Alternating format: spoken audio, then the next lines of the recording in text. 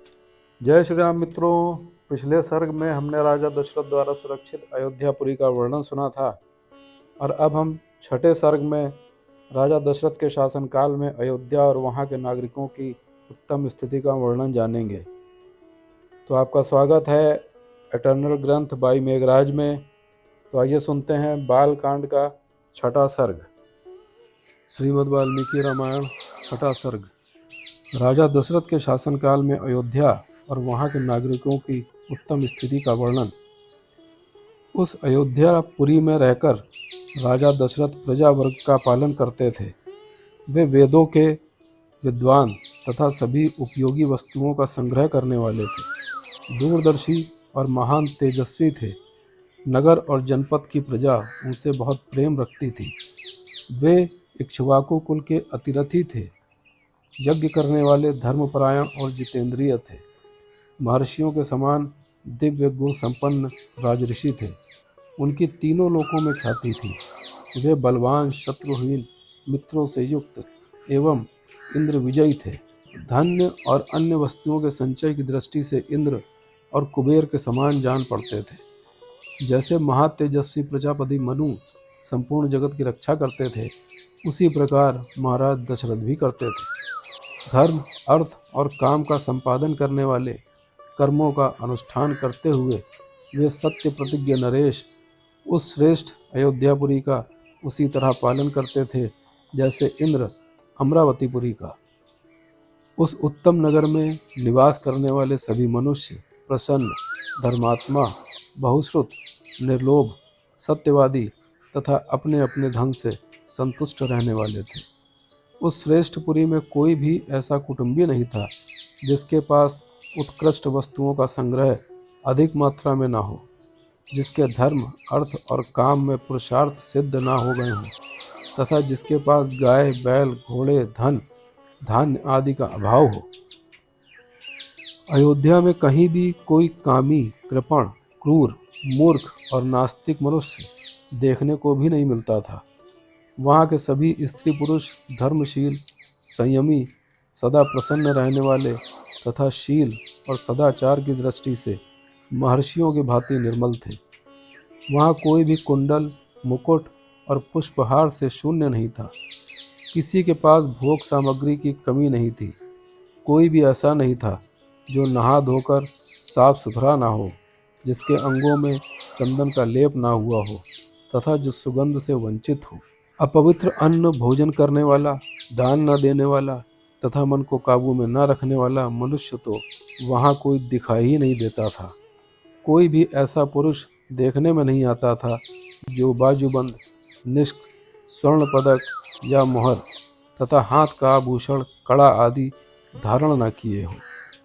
अयोध्या में कोई भी ऐसा नहीं था जो अग्निहोत्र और यज्ञ न करता हो, सदाचार शून्य अथवा वर्ण शंकर हो। वहाँ जीवन रखने वाले ब्राह्मण सदा अपने कर्मों में लगे रहते, इंद्रियों को वश में रखते, दान और स्वाध्याय करते तथा प्रतिग्रह से बचे रहते थे। वहाँ कहीं एक भी ऐसा द्विज न था जो नास्तिक, असत्यवादी, अनेक शास्त्रों के ज्ञान से रहित, दूसरों के दोष ढूंढने वाला, सामर्थ्य में असमर्थ और विद्याहीन हो। उस पुरी में वेद के 6 अंगों को न जानने वाला, व्रतहीन, सहस्रों से कम दान देने वाला, दीन, विक्षिप्त चित्त अथवा दुखी भी कोई नहीं था। अयोध्या में कोई भी स्त्री या पुरुष ऐसा नहीं देखा जा सकता था जो श्रीहीन, रूप रहित, भक्ति से शून्य हो। ब्राह्मण आदि चारों वर्णों के लोग देवता और अतिथियों के पूजक, कृतज्ञ, उदार, शूरवीर और पराक्रमी थे। उस श्रेष्ठ नगर में निवास करने वाले सभी मनुष्य दीर्घायु तथा धर्म और सत्य का आश्रय लेने वाले थे। वे सदा स्त्री, पुरुष और पौत्र आदि परिवार के साथ सुख से रहते थे। क्षत्रिय ब्राह्मणों का मुँह धोते थे, वैश्य क्षत्रियों की आज्ञा का पालन करते थे और शूद्र अपने कर्तव्य का पालन करते हुए उपर्युक्त तीनों वर्णों की सेवा में संलग्न रहते थे। इक्ष्वाकु कुल के स्वामी राजा दशरथ अयोध्यापुरी की रक्षा उसी प्रकार करते थे जैसे बुद्धिमान महाराज मनु ने पूर्व काल में उसकी रक्षा की थी।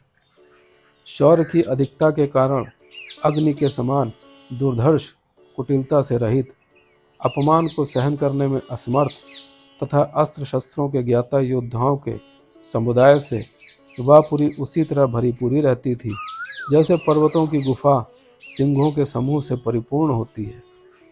कमोज और बावरिक देश में उत्पन्न हुए उत्तम घोड़ों में से वनायु देश के अश्वों से तथा सिंधु नद के निकट पैदा होने वाले दरियाई घोड़े से, जो इंद्र के अश्व समान श्रेष्ठ थे, अयोध्यापुरी भरी रहती थी। विंध्य और हिमालय पर्वतों में उत्पन्न होने वाले अत्यंत बलशाली पर्वताकार मदमत्त गजराजों से भी वह नगरी परिपूर्ण थी। ऐरावत कुल में उत्पन्न महापद्म के वंश में पैदा हुए तथा अंजन और वामक नामक दिग्गजों से भी प्रकट हुए हाथी उस पुरी में पूर्णता में सहायक हो रहे थे। हिमालय पर्वत पर उत्पन्न भद्र जाति के, विंध्य पर्वत पर उत्पन्न हुए मंद्र जाति के तथा सहस्र पर्वत पर पैदा हुए मृग जाति के हाथी भी वहाँ मौजूद थे। भद्र, मंद्र और मृग, इन तीनों के मेल से उत्पन्न हुए शंकर जाति के भद्र और मंद्र, इन दो जातियों के मेल से पैदा हुए शंकर जाति के भद्र और मृग जाति के संयोग से उत्पन्न शंकर जाति के तथा मृग और मंद्र, इन दो जातियों के सम्मिश्रण से पैदा हुए पर्वतराज गजराज भी, जो सदा मदोन्मत्त रहते थे, उस पुरी में भरे हुए थे। 3 योजन की विस्तार वाली अयोध्या में 2 योजन की भूमि तो ऐसी थी जहाँ पहुंचकर किसी के लिए भी युद्ध करना असंभव था। इसलिए वह पुरी अयोध्या इस सत्य एवं सार्थक नाम से प्रकाशित होती थी, जिसमें रहते हुए राजा दशरथ इस जगत का पालन करते थे। जैसे चंद्रमा नक्षत्र लोक का शासन करता है, उसी प्रकार महो तेजस्वी महाराज दशरथ अयोध्यापुरी का शासन करते थे। उन्होंने अपने समस्त शत्रुओं को नष्ट कर दिया था, जिसका अयोध्या नाम सत्य एवं सार्थक था, जिसके दरवाजे और अर्गला सुदृढ़ थे। वे विचित्र ग्रहों से सदा सुशोभित होती थी। सहस्रों मनुष्यों से भरी हुई उस कल्याणमयी पुरी का इंद्रतुल्य तेजस्वी राजा दशरथ न्यायपूर्वक शासन करते थे। इस प्रकार श्री वाल्मीकि निर्मित आर्ष रामायण आदि काव्य के बालकांड में 6वां सर्ग पूरा हुआ। मित्रों, हम जल्दी फिर मिलेंगे और इस बार बालकांड के 7वें सर्ग में राजमंत्रियों के गुण और उनकी नीति का वर्णन जानेंगे। प्रभु राम आप सबकी मनोकामना पूर्ण करे। जय श्री राम, जय सनातन।